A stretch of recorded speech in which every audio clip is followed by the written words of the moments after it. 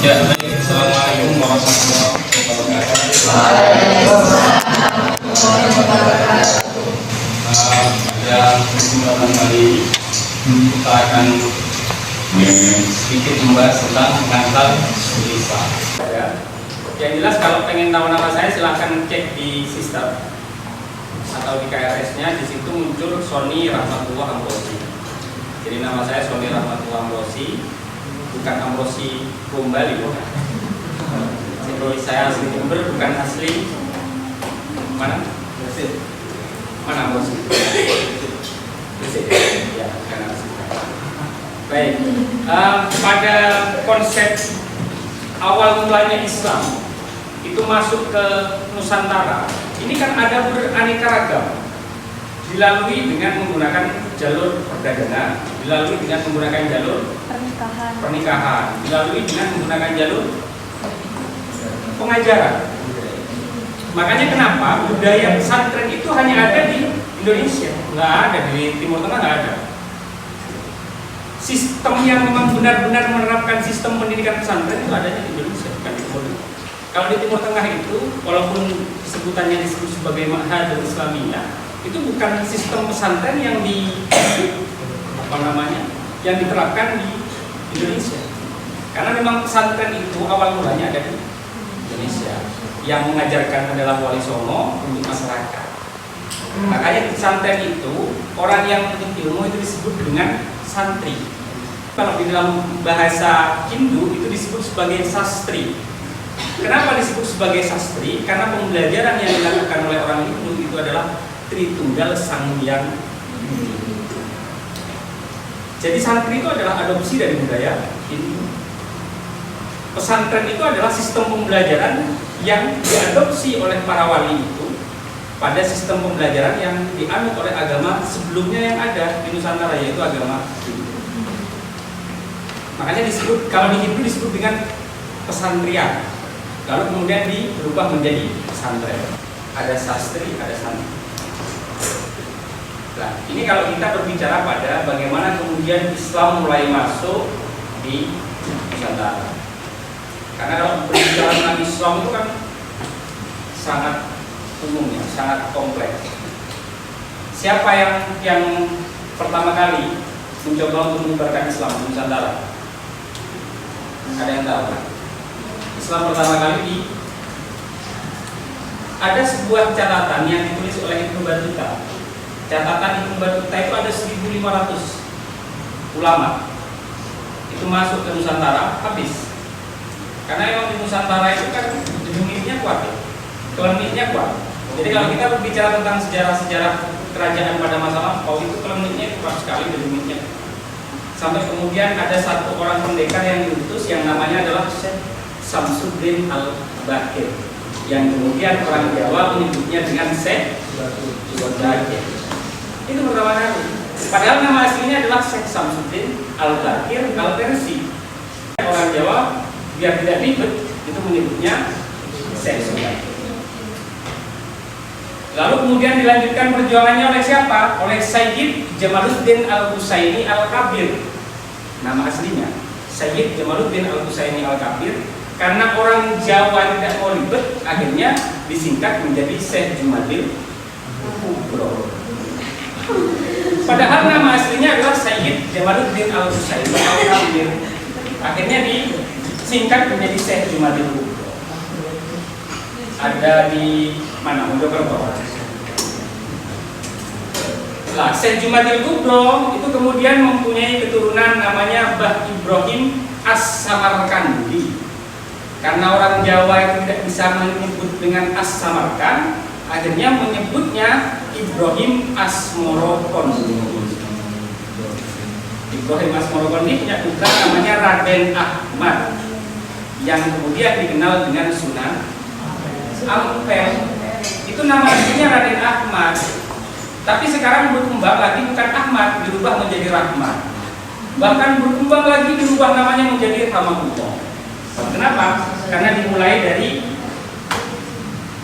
Sunan Ampel. Sunan Ampel merupakan putra dari Mbah Ibrahim As-Samarkandi. Mbah Ibrahim As-Samarkandi merupakan putra dari Sayyid Jamaluddin Al-Husaini Al-Kabir. Sayyid Jamaluddin Al-Husaini Al-Kabir merupakan putra dari Sayyid Ahmad Khan. Sayyid Ahmad Khan merupakan putra dari Sayyid Muhammad Khan.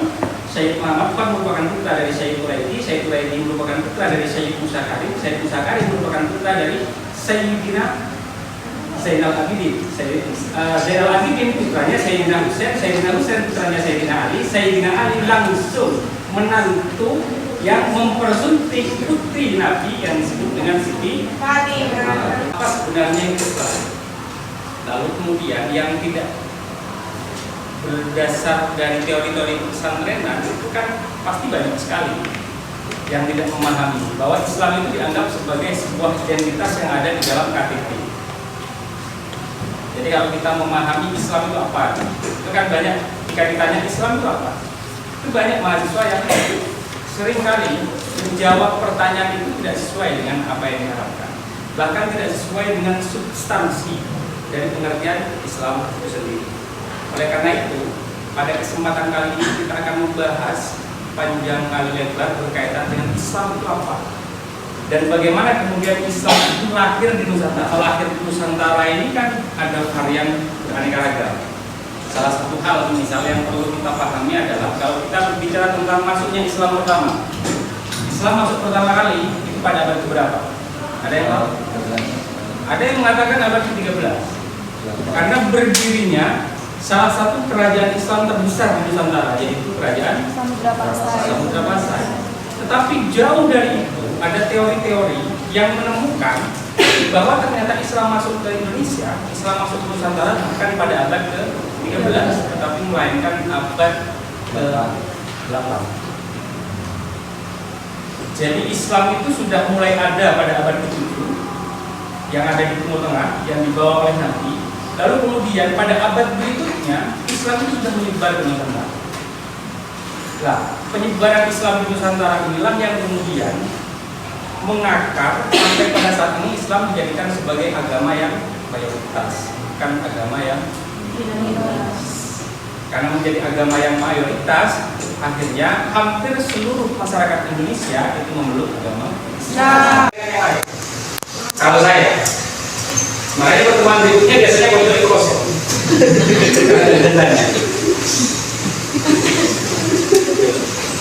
Coba Islam itu apa? Ada yang tahu Islam?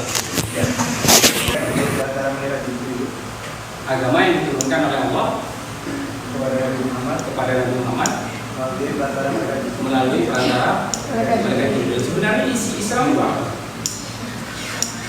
Yang siapa namanya?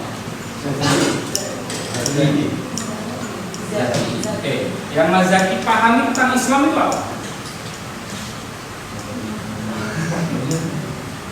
Agama tuntutan. Agama tuntutan. Agama tuntutan. Tuntunan. Oh, agama atau tuntunan. Apa bedanya? Kalau begitu, kalau dimaknai Islam itu sebagai agama atau tuntunan, apa bedanya dengan agama Kristen? Apa bedanya dengan agama Hindu? Apa bedanya dengan agama Buddha? Mereka menganggap bahwa Kristen, Hindu, dan Buddha juga merupakan agama atau tuntunan. Apa kemudian perbedaan antara Islam dengan agama yang lain? Agama yang kaya akan cinta, kesulitan. Agama yang kaya akan cinta, Hindu juga kaya akan cinta.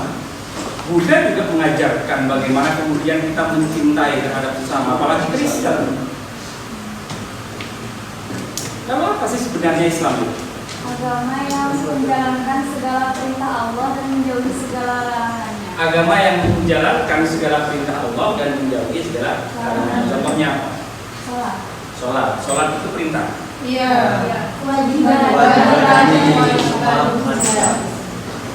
Coba pertanyaan saya adalah, kalau Yahudi dan Nasrani ada, Allah menurunkan kitab bukan hanya satu kitab, tapi ada 4 kitab. Ada Taurat, Zabur, dan Injil selain Al-Quran. Lalu kemudian yang menjadi pertanyaan saya, kalian ini selama ini memeluk agama Islam, itu Islam yang bagaimana? Islam.